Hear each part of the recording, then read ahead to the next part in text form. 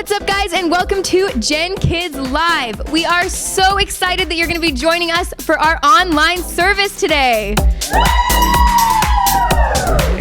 So even though we can't meet in our building today, we can still come together for an awesome time of worship. So just like our regular service, we're going to do some worship right now. So if you click on the two links down below, you can do some worship with your family and then come right back for our lesson.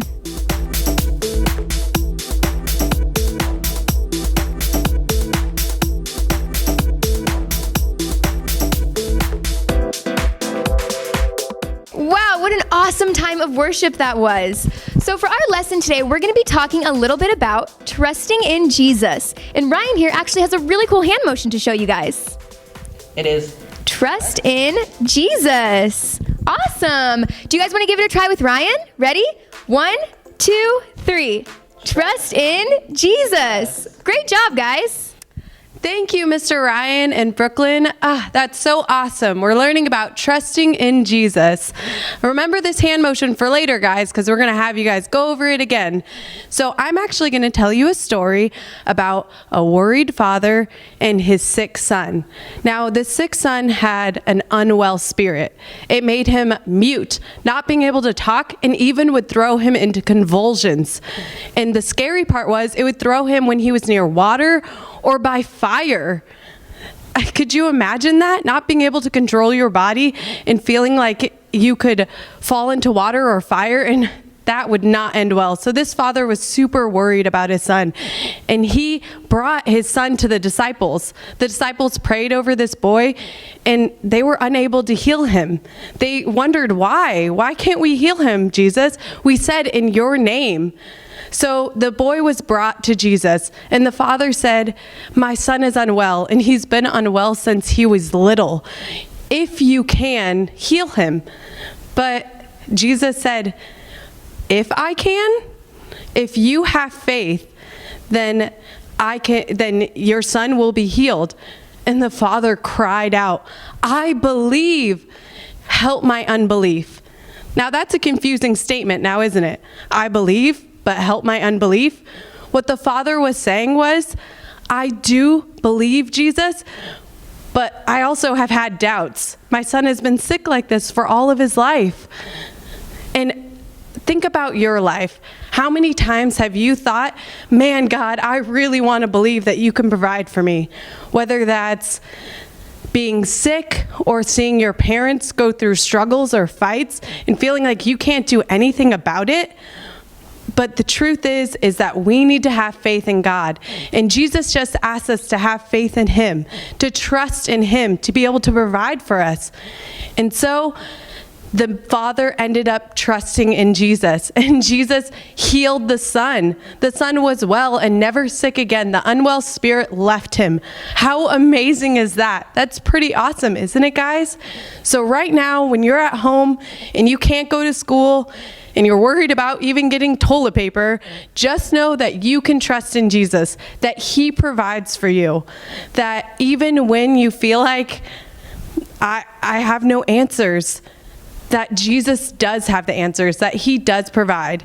And want to know what? Mr. Nick and Miss Johnette have some pretty awesome testimonies of when they trusted in Jesus and he provided for them.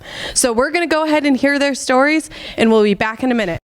Hey kids, it's Mr. Nick. So I have a quick story for you guys. When I first moved to Sacramento, I had a dream. I had a dream that I would get my dream job, and I trusted in God and prayed to him every day that I would get that dream job. But what ended up happening is I ended up moving back home shortly after I came to Sacramento. But I still trusted in God, and he actually trusted in me, and he was faithful in my promise and my prayers to him. And I ended up back to Sacramento. I ended up back talking to you guys right now because of his faithfulness. And so when you guys are unsure in life, when you guys are really scared right now, don't be afraid, because you can trust in Jesus. Hey kids, Miss Johnette here, and I just wanted to share with you guys one of the very first Bible verses I learned as a kid. It's Psalms 20, verse 7, and it says, "Some trust in horses, some trust in chariots, but I will trust in the name of the Lord our God." And when I first was learning that verse, I thought, who trusts in horses and chariots? But back in Bible times, that's what they trusted in. That was their cars. So sometimes we trust in other things when we should be trusting in God. We trust in our cars to get us to school and to different places. We trust in our houses. We trust in things, medicine, doctors. But you know what, guys? All those things are great, but that's not where we put our trust. We put our trust in the Lord Jesus. We're hearing all kinds of cool stories today about how people trusted in Jesus and what God did. When we trust in Jesus, we don't have to fear what's going on. Lots of scary stuff is happening. Schools are closing. We can't come to church right now. We have to stay in our homes. But guess what? God is bigger than all of that, and he loves us so much, and he's going to take care of us. So right now, if you get scared, if you get anxious, just trust in the Lord. Don't trust in anything or even any person. Trust in the Lord, and he will take care of you. Just like we were learning today, trust in Jesus. Hi friends, it's Miss Emma here with GenKids Preschool. Today I want to read you a story about trusting in God. And this story comes out of the Bible in 1 Samuel 17. It's a story about David and Goliath. The enemies of God's people came out to fight. They sent their best fighter out first, and his name was Goliath. He was over 9 feet tall. He called to the army of Saul, "Choose a man to come and fight me. If he wins, we will be your servants. But if I win, you will be our servants." The men in Saul's army were afraid. They knew Goliath was stronger than they were. No one wanted to fight him. Now David's brothers were in Saul's army, but David was at home keeping the sheep. One day, David's father called to him. "Take this bread to your brothers," he said. So David got to go to his brothers, and he got to see the army. He also got to see Goliath. He saw how everyone was afraid of him. "I will fight Goliath," said David. But Saul said, "You are only a boy. How can you fight Goliath?" "God will help me," said David.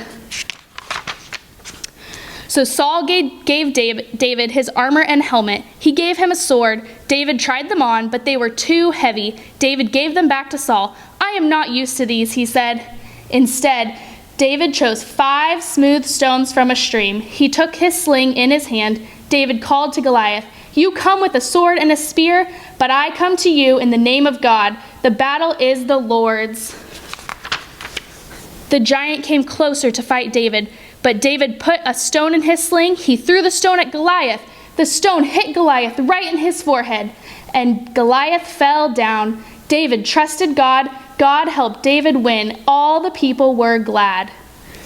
So just like David trusted in God, so can we. Can you guys do the hand motions with me that we learned today? Trusting in Jesus. Bye, friends. We'll see you next time. Thank you guys for sharing such wonderful stories. A story about getting your dream job because you trust in God, to trusting in Jesus over everything. And also the story about David, a tiny boy who defeated a giant because he trusted in God.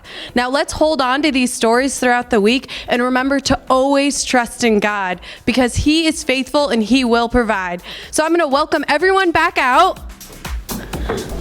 All right, and we're going to go over our main point one more time. Are you ready, guys? Yep. All right, trust in Jesus. Bye, guys. Bye. Thank you.